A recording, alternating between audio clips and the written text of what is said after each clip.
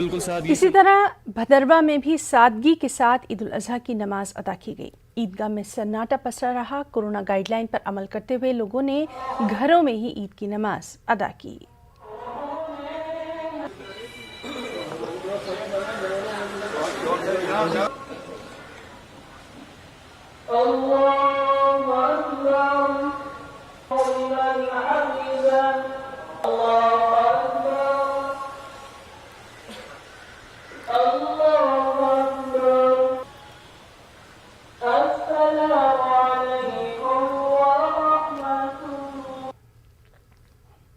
Covid के उसूलों के तहत पूरे SOPs का ध्यान रखते हुए नमाज अदा की गई और मजमूई तौर पे मुख्तलिफ झैली मसाजिद में भी नमाज हुई और जामा मस्जिद में भी हुई। इस तरह से लोग भी इधर उधर थोड़ा बिखर के रह गए। तो जिस तरह से ईद हुआ करती थी, अल्लाह ताला हमें मौका दे कि हम फिर ईदगाह में ईद मनाएं।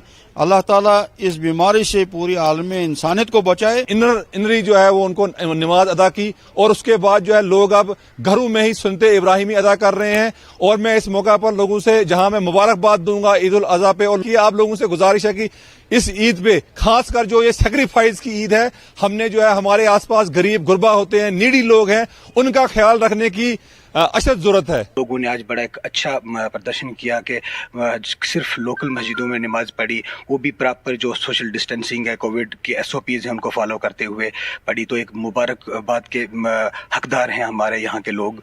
तो मैं उन लोगों को मुबारकबाद। लखनऊ